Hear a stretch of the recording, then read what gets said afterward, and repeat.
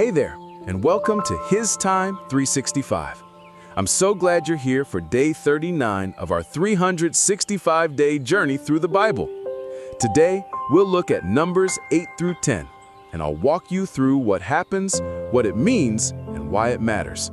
I'll share a summary and some insights to help you see the big picture and connect with the heart of the Scripture. During your quiet time, I encourage you to read today's lesson in a Bible translation that speaks to you best. Now grab a quiet moment, take a deep breath, and let's spend a few minutes giving God His time.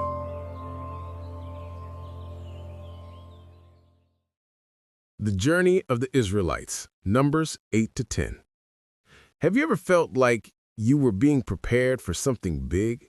In Numbers, chapters 8 to 10, we witness the Israelites as they receive specific instructions from God, preparing them for their journey through the wilderness.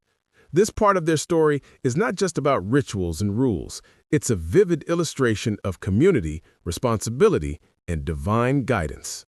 In chapter 8, we see the Levites being set apart for their sacred duties. God instructs Moses to bring the Levites before the congregation and lay hands on them, signifying their special role. Numbers 8, verse 10. The Levites were to assist Aaron and his sons in the tabernacle, the portable sanctuary where God dwelt among his people. This was no small task. The Levites were to take care of all the furnishings and maintain the holy space. Imagine if you were entrusted with a vital role in your community or family. How would you feel? Maybe a bit nervous, but also honored and excited. Next, in chapter 9, we find a beautiful moment of obedience. The Israelites celebrate the Passover in the wilderness, just as God commanded. They are reminded of their history, of how God delivered them from Egypt, and this moment strengthens their identity as His chosen people. In this chapter, we also see how God provides for those who are unsure about their participation due to various circumstances, showing His grace and inclusivity. Think about your own life. Maybe there are times when you felt uncertain about how you fit into a group or community. God's heart is always to include us no matter our situation. Moving on to chapter 10, the Israelites receive important instructions about their journey. God commands Moses to make 2 silver trumpets for calling the community together and signaling when to set out. These trumpets served as a means of communication, ensuring that everyone was united in purpose and movement. Numbers 10, verse 2.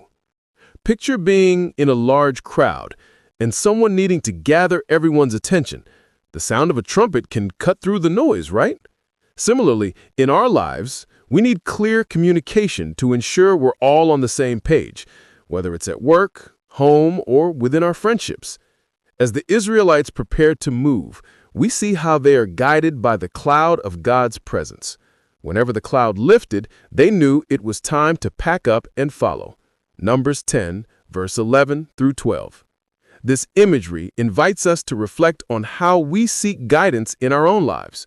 Do we take time to pause and listen for direction in our busy schedules?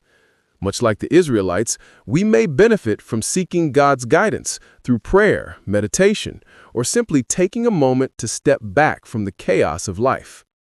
Let's bring this down to earth with some modern examples. Work. Just like the Levites had specific duties, we each have roles in our workplaces. Understanding our responsibilities can lead to better teamwork and a sense of purpose. If you're part of a project, consider how your contributions fit into the bigger picture.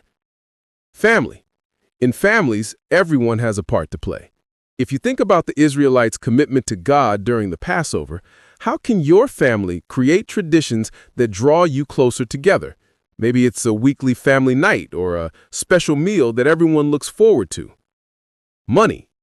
The instructions about the trumpets can teach us about financial responsibility.